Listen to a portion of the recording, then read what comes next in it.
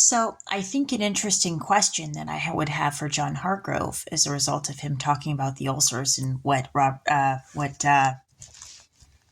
Ryan Taylor said about zinc and mouth and stomach ulcers, and this is in humans, but I'm wondering if that could be a cause of that in a whale. And John Hargrove said that he treated a whale with medication for stomach ulcers.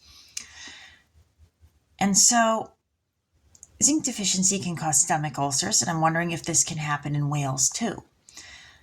And it said a zinc deficiency is linked to angry, aggressive, and hostile behaviors that are a result in violence. But it didn't include whales on the thing. It said must include whales on the website. And so I'm looking at how is the diet different in the training facilities or in captivity versus what happens in the wild. And there's the question of, do whales get more zinc from eating algae in the wild than they do in captivity? What is this big difference in the diet? And now another thing that I was looking at with the zinc is that zinc also helps with dealing with depression and anxiety.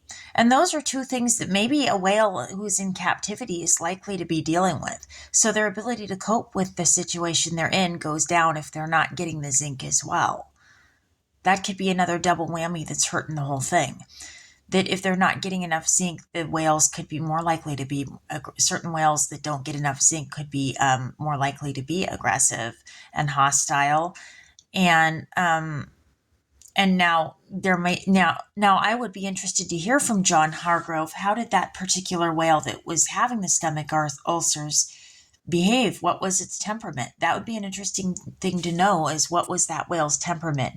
Did he have any particular issues with that whale with the behavior? Is this a generality of whales in the training facility, or are some getting more or less of the zinc than others, and then there's a problem? And it would be interesting to learn about that.